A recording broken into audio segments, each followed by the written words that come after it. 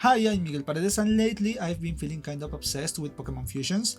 A couple of weeks ago I made a video about a fusion between Lickitung and Machamp, a fusion that was suggested by one comment, but this time I'd let luck choose the two victims of today's video. So I went to the random Pokemon generator, and Milotic and Magnemite were the ones chosen by the gods. The first step is to choose what I'm going to use from each Pokemon. If you take a deep look at this photo, you'll notice that Magnemite's main color is grey. That means that I'll use grey air dry clay for this figure. And if you take a closer look at this photo, you'll notice that Milotic doesn't have arms or legs or wings, it is just a tiny head with a big tail for a body. So making this big tail body thing is the next step.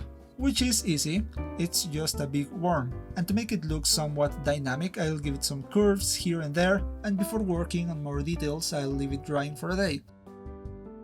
While carefully analyzing this photo, I determined that Magnemite has one big fucking eye, and I want to give this fusion one big fucking eye. So making an eyeball is the next step. And of course, to prevent this beautiful sphere from getting damaged, I'm going to leave it drying for a day as well. With the eyeball now hard and dry, it is time to give it a head, which in this case will be just a blob of grey clay suckling on this white ball. Then I'll retrieve the body and stuck the head in place with a little bit of super glue, and then I'll blend the seam with fresh clay and water.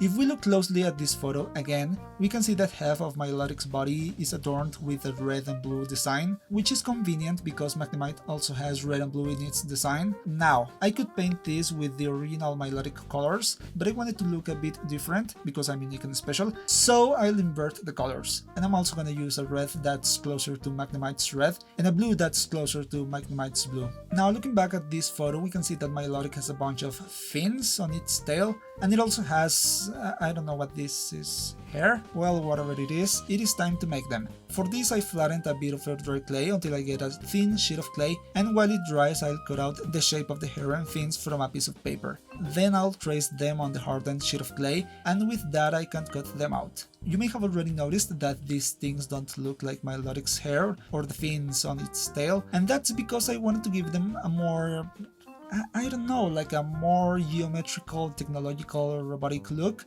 And you may be wondering why. Well, I thought Magnemite has like a robotic design, so yeah, that's the explanation. I also made other pieces, as you can see. I'll explain what those are later. For now, it is time to put the fins in place.